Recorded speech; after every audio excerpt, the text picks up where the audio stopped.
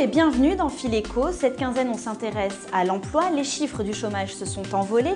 Dans les Yvelines, le taux de chômage a augmenté de 1,4% en un an. Les personnes concernées sont notamment les intérimaires. Nous ferons le point avec le Prisme, les professionnels de l'emploi et de l'intérim. Mais nous verrons aussi qu'il existe un véritable dynamisme local avec cette association de femmes entrepreneurs basée à Saint-Quentin en Yvelines. Arnaud Delatour, bonjour. Bonjour. Vous êtes président du Prisme. Alors, Absolument. on le disait, la conjoncture n'est pas bonne. Dans quelle mesure la situation des intérimaires reflète ces chiffres? La situation des intérimaires reflète toujours l'état de l'économie et elle a tendance à le faire avec un petit peu d'avance. Donc c'est pour ça qu'elle est toujours scrutée avec intérêt. Au jour d'aujourd'hui, effectivement, l'emploi intérimaire au niveau national a baissé, moins 10,5% au niveau national. Et on verra ensuite que dans la région, les chiffres sont un petit peu différents. À la fois moins inquiétants au niveau global, moins 2,8%, donc quelque chose de moins significatif. Pour autant, certains secteurs sont très touchés.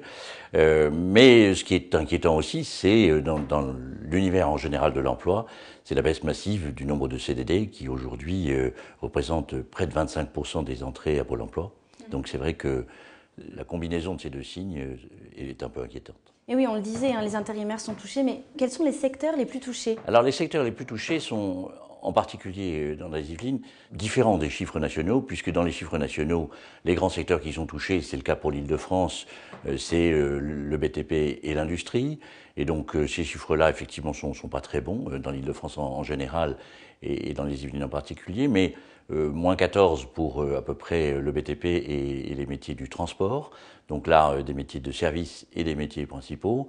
Mais par contre, ce qui est la caractéristique de l'Île-de-France et plus particulièrement des Yvelines, c'est les métiers de service. Les métiers de service qui représentent à peu près entre 10 et 15% suivant les régions dans la France globale, et qui, dans les Yvelines, sont très importants, avec parfois des baisses massives, puisque si on regarde les métiers de service, certains d'entre eux baissent entre moins 27 et moins 37%.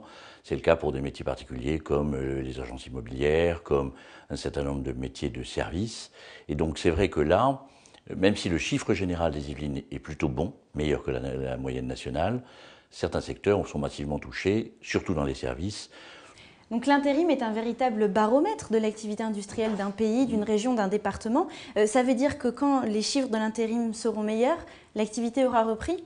Absolument. Je veux dire que c'est vrai que l'intérim, à peu près quelques mois d'avance, entre 3 et 6 mois d'avance, sur la reprise ou la baisse de l'activité, et c'est en cela que c'est un baromètre. Ce qui nous soucie, là, dans la période actuelle, c'est qu'on a une combinaison d'éléments qui sont le fait que, l'intérim ait commencé à baisser, ce depuis le début de cette année, en fait.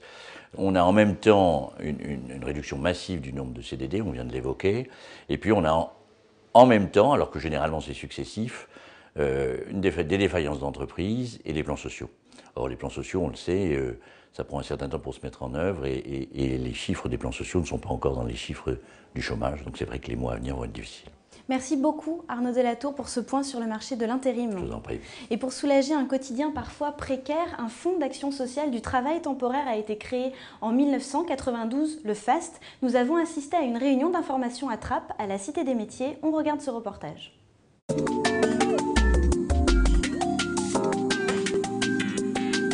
Le monde de l'intérim souffre parfois d'une image de précarité. Et pourtant, une structure propose de nombreux services pour faciliter le quotidien des intérimaires. Le Fonds d'action sociale du travail temporaire qui organise régulièrement des réunions d'information à la Cité des Métiers de Trappes.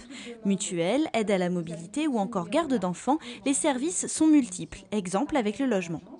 Au niveau du logement, si quelqu'un, donc un intérimaire, doit déménager et que le propriétaire donc est réticent, dès 600 heures de mission, en fait, on peut se porter garant pendant toute la durée du bail donc pour l'intérimaire. On peut également avancer sa caution dès la première heure de mission. J'ai toujours travaillé en intérim.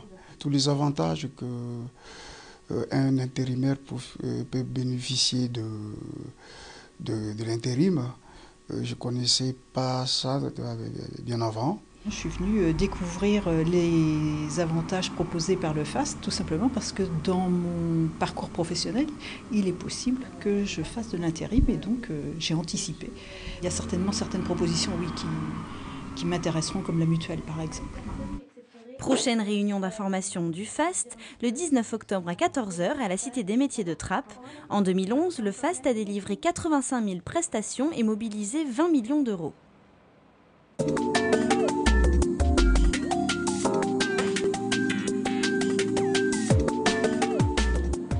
Changement de décor, nous voici à Promopole, pépinière d'entreprise installée à Montigny-le-Bretonneux. Il est toujours question d'emploi et on va voir que malgré la mauvaise conjoncture, un dynamisme économique local existe réellement. Premier exemple avec les Créactives, une association de femmes chefs d'entreprise. Nathalie Leroy, bonjour. Bonjour. Vous êtes présidente de cette association qui a été créée en 2003 et qui compte aujourd'hui une quarantaine de membres. Alors on le disait, la conjoncture n'est pas bonne et pourtant à Créactives, on crée des entreprises régulièrement.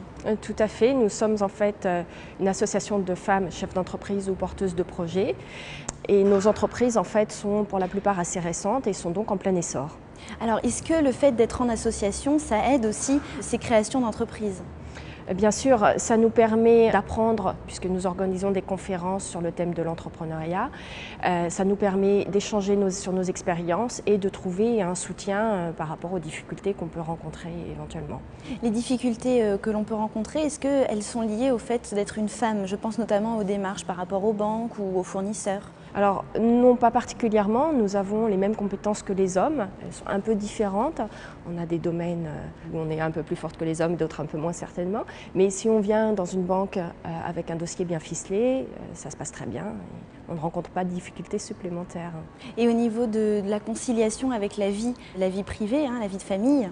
Alors c'est effectivement la difficulté qui persiste, c'est-à-dire que même dans nos familles modernes, on laisse quand même aux femmes le soin d'organiser la vie familiale et de s'occuper des enfants dans la plupart des cas.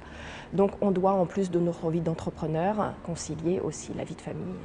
Donc le fait de se réunir régulièrement, ça permet aussi un échange de conseils et puis on a l'impression que ça crée une solidarité entre les créatrices d'entreprise. Tout à fait, et c'est surtout aussi l'occasion de faire le plein d'énergie parce qu'on ressort reboosté de ces réunions, ça nous permet de sortir de notre isolement d'entrepreneur et de ressortir pleine d'énergie qui nous est donnée par les autres. Quand on est une femme créatrice d'entreprise sur l'agglomération, comment est-ce qu'on peut venir vous rencontrer ? Alors, nous organisons tous les deuxièmes lundis de chaque mois une permanence dans les locaux de Promopole, 12 avenue des Prés à Montigny. Donc tous les lundis après-midi, on peut vous accueillir et vous expliquer comment fonctionne l'association. Et nous organisons également une fois par mois une conférence sur un thème lié à l'entrepreneuriat. Donc la prochaine conférence sera le 22 octobre sur les réseaux professionnels de Saint-Quentin en Yvelines. Alors est-ce qu'il faut déjà avoir un projet de création ou est-ce qu'on peut venir simplement pour se renseigner ? Nos réunions sont ouvertes à tous, y compris aux hommes. Donc pas besoin d'avoir un projet professionnel, on peut simplement venir parce que le sujet nous intéresse ou alors au contraire parce qu'on est exactement dans la problématique qui est proposée ou juste pour rencontrer du monde et constituer un réseau. Merci beaucoup Nathalie Leroy. Je vous en prie. On va à présent rencontrer une des membres de cette association qui a créé une agence de communication et qui va nous en dire un petit peu plus sur son parcours professionnel.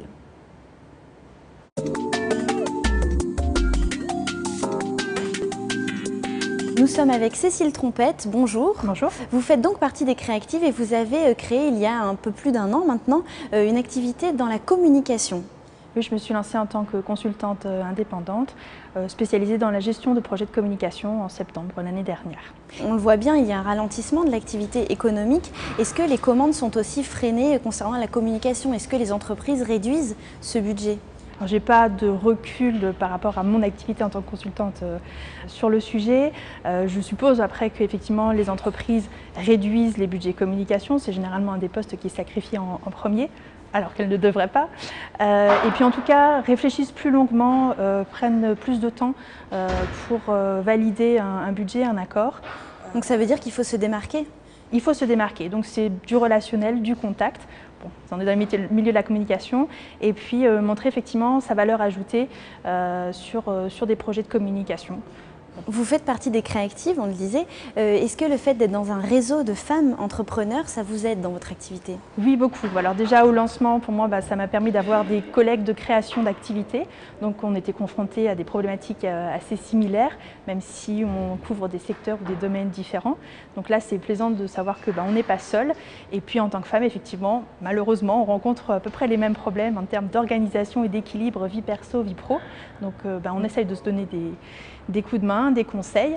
Et puis après, à terme, l'envie de s'engager dans le projet plus concrètement et se dire voilà, tout ce que j'ai reçu à mon lancement d'activité, je veux aussi le donner à 2 jeunes créatrices, je veux aussi le partager avec des femmes chefs d'entreprise comme moi et se dire bon, ensemble, avançons, essayons, si ce n'est de changer le regard des gens sur les femmes chefs d'entreprise, en tout cas essayons de mener à bien nos activités sereinement.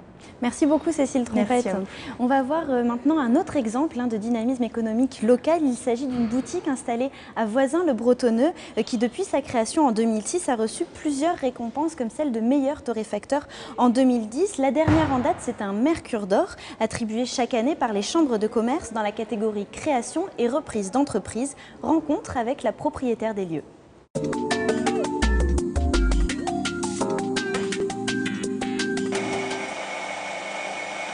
Le titre de meilleur torréfacteur de France, nous l'avons partagé avec notre clientèle puisque ça récompense notre savoir-faire, notre technicité et c'est quelque chose que nous réalisons devant nos clients en permanence au magasin.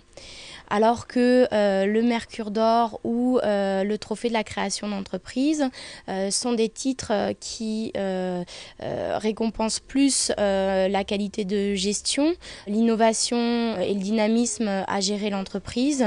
C'est quelque chose que l'on peut mettre en avant en cas de difficulté où ça peut être un levier supplémentaire pour avancer dans le développement de l'entreprise. L'obtention de ces différentes récompenses c'est le fruit d'un investissement personnel important.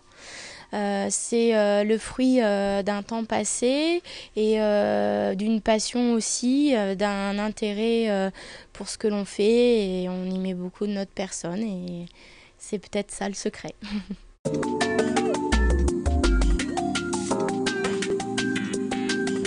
Avant de se quitter, quelques dates à noter dans vos agendas.